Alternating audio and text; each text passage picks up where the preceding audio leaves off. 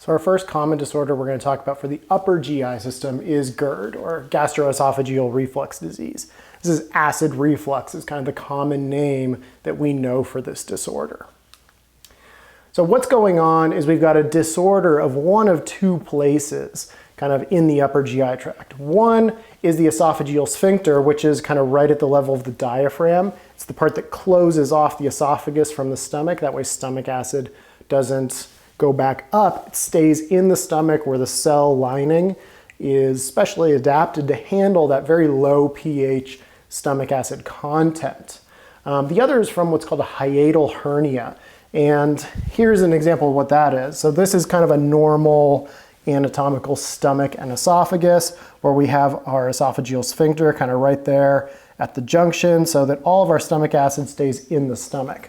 For a hiatal hernia, this upper portion of the stomach, particularly up here, sometimes we call this the fundus, it will actually herniate above the level of the diaphragm so that this whole thing kind of goes up, meaning we actually have stomach lining and stomach tissue above the level of the diaphragm, so stomach acid production is happening up here. So our lower esophageal sphincter, it's not as effective as it normally would be, and acid can go back up into the esophagus. And the tissue of the esophagus is not as adapted as the stomach to handle that very low pH stomach content. So that's where we can develop the problem of GERD, which is just that backflow of stomach acid in the GI tract. Whether it's from esophageal sphincter dysfunction, meaning it just doesn't close as tightly or effectively as it should, or because part of the stomach is actually above the level of the diaphragm, pushing stomach acid back up into the esophagus. So the symptoms that our patients are really going to present with are heartburn is the big one. And here's the thing, most patients who present to the emergency room with complaints of chest pain, we don't know whether it's of cardiac origin or whether it's heartburn from GERD until we start doing those diagnostic tests. So anybody who complains of chest pain, we need to differentiate. Is it cardiac related or is it GI related? Because it's not easy to tell just on patient presentation. My guess or my experience would be like 80% of patients who complain of chest pain who come to the emergency room, this is actually what's going on, and we need to differentiate that. EKG will be very easy for us to do because these people are not going to have any EKG changes. Oftentimes the presentation or the onset of their symptoms is going to be very different as well. So rather than being related to activity, this is going to be more related to meal times. So it can frequently occur after meals when the stomach is producing a lot of stomach acid, and we can get relief with antacids or neutralizing medications that go into the stomach because we'll immediately decrease the acidity of that stomach content. Other big symptom, which is a little bit non-specific for these kinds of patients because chest pain patients from cardiac origin can also do this, is vomiting. Vomiting is one of those things. So for our assessment behaviors, the big things we want to do is we want to start focusing in on our GI assessment and also our cardiac assessment because that's our real differential. We're trying to figure out, is this a heart-related issue or is this a GI system issue? So for screening patients with GERD, we're looking for a pain assessment, same as our cardiac patients. PQRST stuff, because we need to start differentiating the characteristics between the presentation of a GI system problem versus a presentation of a cardiac-related problem. Looking at modifiable risk factors, patients who tend to be overweight have a higher prevalence of GERD. They also have a higher prevalence of ACS, especially that kind of core apple body kind of shape is much more prevalent for cardiac problems. But pregnancy is another big one. I know when you put another human in somebody's stomach, takes up a lot of space, starts pushing stomach acid either up or down. So that's another one. And because it's nursing school, you all know smoking and alcohol, always the root of all evils, especially in GERD and hiatal hernia kind of situation. For diagnosis of this, barium swallow is one of them. So we can visualize that radio-opaque material when they swallow it, some of it will backflow and reflux into the esophagus, so we can visualize the GERD or the acid reflux actually happening. And then GI motility studies, which is almost like our camera studies, where we can actually watch stuff get digested, right? We can track it through the GI system to see if it's always going kind of in the correct direction, or whether it's going both directions, kind of inappropriate direction, meaning up, and correct direction going down. So we can visualize that stuff. We want to see that reflux happen whenever possible. So for our nursing diagnoses around GERD and hiatal hernia, pain is a big one. Pain is the reason patients are seeking care for these problems, so that's always one of our big priorities. Impaired swallowing gets to the etiology of the problem. These patients, they're swallowing all right, but they're not maintaining that swallowing kind of directionality that they should have associated with consumption. So because of the reflux, they do have impaired swallowing. It's coming back up. And especially with that vomiting presentation, then we start getting into a few other problems, things like fear. Anytime patients have chest pain, it's a terrifying thing. If any of you guys have had acid reflux before, it can really make it very difficult to breathe. It can cause all kinds of, it's very difficult to tell personally whether you're having a heart attack or whether you're having just severe acid reflux, because the symptoms and the presentation really is very similar. And then risk for bleeding. Stay tuned on this one because we're going to talk a lot more about that. But eventually that acid coming in contact with tissues that are not equipped to handle it will damage those tissues and lead to bleeding. But we'll talk much more about that in just a minute. The medical plan for patients with GERD or hiatal hernia is really to neutralize the stomach acid. We want to prevent the symptoms. So all that stomach acid that's refluxing back up into the esophagus, we want to neutralize it. That way that damage to the esophageal tissue stops immediately. We do that with antacids. So things like Tums and over-the-counter antacids are totally acceptable for part of the medical management and often are some of our first-line treatments. So when patients present, usually in an emergency situation or emergency room or urgent care clinic with this type of presentation, first thing we'll do, give them some Tums, check back with them in a few minutes to see if their pain has changed at all. Secondary, we want to control, once we've identified that this is the problem, we want to control the amount of stomach that the amount of acid that's actually produced by the stomach. And we'll do that with our PPI or our H2 blocker medications. So patients will be on these routinely as a preventative measure for GERD.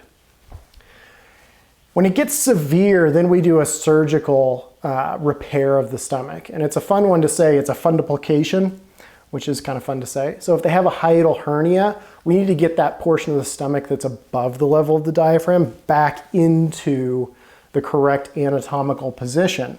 So the way that they do this is kind of this complex procedure where they take that kind of flappy part of the stomach that had herniated above the level of the diaphragm, and they sew it back around on itself, creating almost like a donut below the level of the diaphragm so that it kind of can't slide up and over the esophagus and stays anatomically where it's supposed to.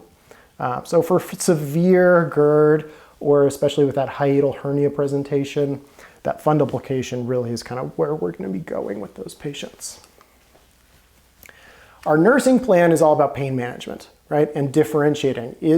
Are we getting all the data that proves this is a GI problem versus a cardiac problem? So for pharmacologic stuff, we're doing the acid stuff that we talked about. And for non-pharmacologic, there's a lot of independent nursing interventions that we can start thinking about in order to improve the patient's experience of this disease. So things like sleeping on pillows to keep the head of the bed elevated for the patient, let gravity kind of help us. One of the big risk factors for patients to experience GERD, regardless of the etiology, whether it's hiatal hernia or the sphincter kind of dysfunction, is if they're laying flat, especially if they lay down right after they eat. That horizontal positioning makes it very easy for acid to reflux back up into the esophagus. So sleeping on pillows, elevate the head, let gravity help keep that stomach acid in the stomach where it belongs. is one of those things we can do. We also want to counsel patients to stay upright for at least an hour to 2 hours after they eat. So after the patients eat, don't just go straight to bed. Stay sitting up. And that doesn't mean like get in your favorite recliner and watch TV for an hour, because that's basically laying down. It's really stay vertical. Oftentimes what I do when I counsel patients for this one is stay standing for about an hour after they eat to see if that reduces their symptoms. If not, stand longer. So they can titrate that based on kind of how their presentation is. But it really is the upright thing there is really body positioning needs to be upright to let gravity keep that acid in the stomach. Then to prevent more experiences, we want to do small frequent meals for these patients if they have severe GERD. So they'll have much smaller portions, but instead of having 3 meals a day, maybe they have 5 meals a day, so that they're still getting their caloric need. We want to avoid large meals. So like eating something like that, not going to be awesome for GERD. We also want to avoid increases in abdominal pressure, so tight things around the abdomen. This includes clothing, a lot of workout equipment, like those belts for people's lower back, tight pants, stuff like that. We want to avoid anything that's going to put more pressure on the abdomen, because abdomen's soft. We don't want to squeeze that acid back up into the esophagus.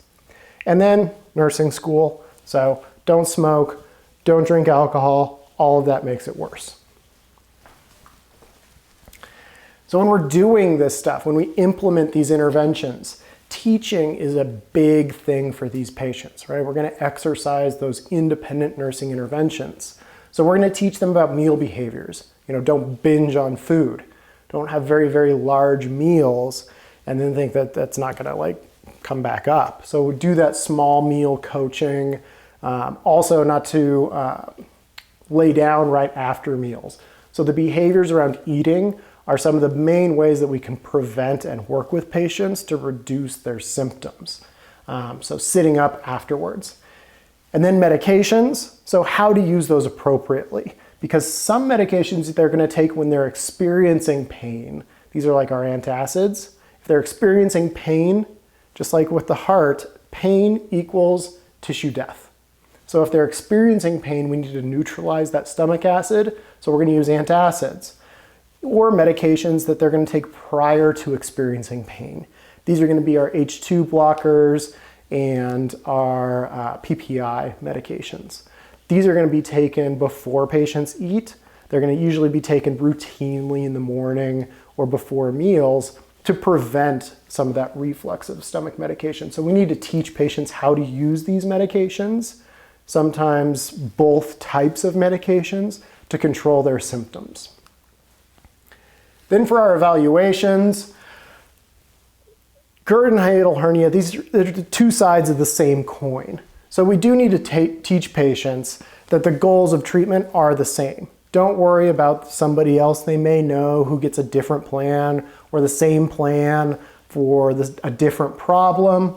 The goals are very, very similar. So we want to manage these things the same way. It's all about controlling the acid and where it goes in the body so that we don't have pain as that big presenting symptom.